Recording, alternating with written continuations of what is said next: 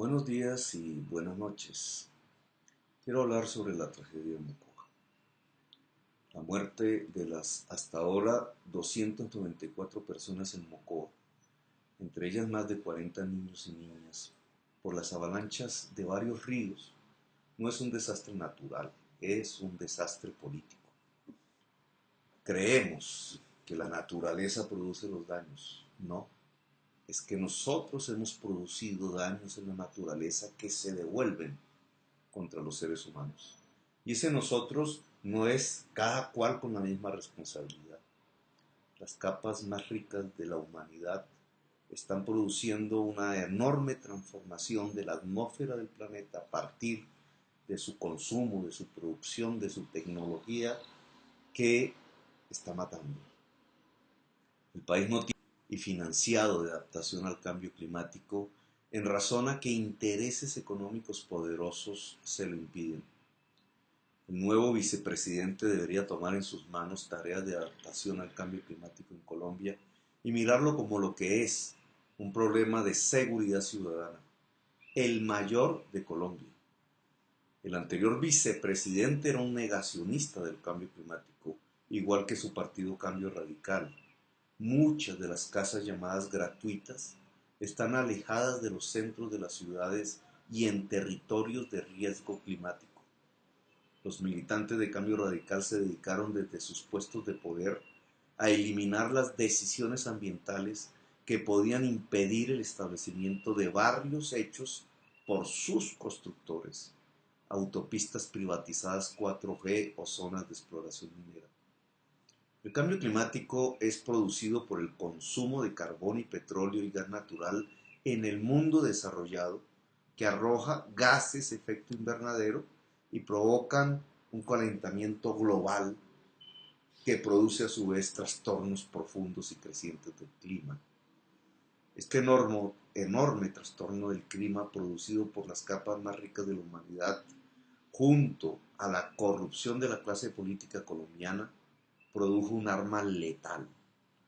No solo el incremento inusitado de las lluvias en el Putumayo, sino la muerte en Mocoa por imprevisión absoluta de su clase política.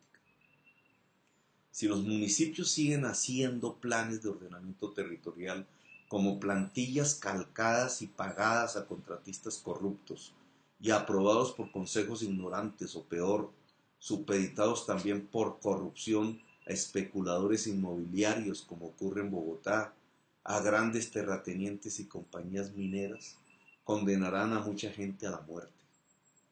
Los tiempos de la adaptación al cambio climático serán más lentos que los eventos climáticos cada vez más fuertes.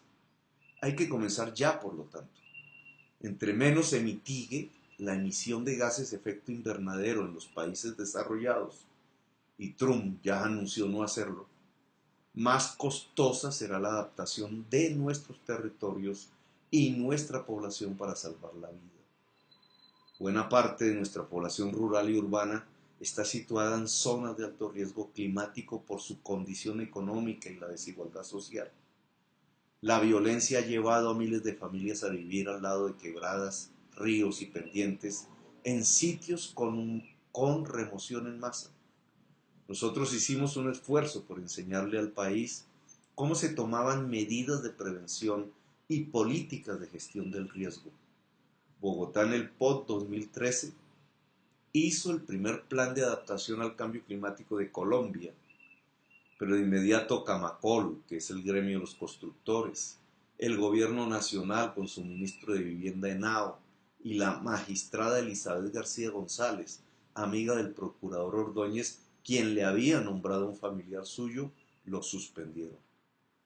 El POT que adaptaba a Bogotá al cambio climático decretado en el 2013 por la Bogotá Humana, hoy es legal, pero está suspendido por una magistrada del Consejo de Estado cuando el Consejo de Estado negó tener competencia para estudiar su legalidad. Luego hicimos el IDIGER, el Instituto de Gestión de Riesgo y Cambio Climático del Distrito, con su fondo con más de 100.000 millones de pesos, para comprar tierras que liberaran el espacio al agua junto a humedales, ríos, quebradas, y para reubicar más de 5.000 familias de las 15.000 que hay que reubicar en la ciudad capital de inmediato. Los planes de ordenamiento territorial no son para privilegiar intereses económicos poderosos, sino para privilegiar la vida y la sostenibilidad de la población en el territorio. Es por eso que la justicia colombiana debe comprender un nuevo ámbito del derecho, la justicia climática.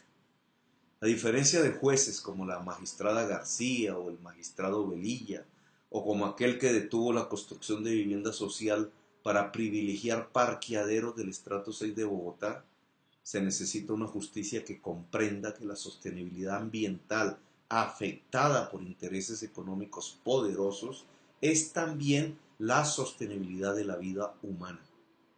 Simplemente no se puede vivir de manera permanente ni construir urbanizaciones y asentamientos humanos en zonas de alto riesgo climático.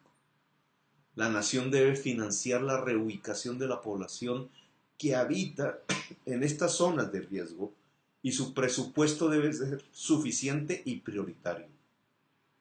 Implica una verdadera reforma agraria y urbana que el país está en moras de hacer.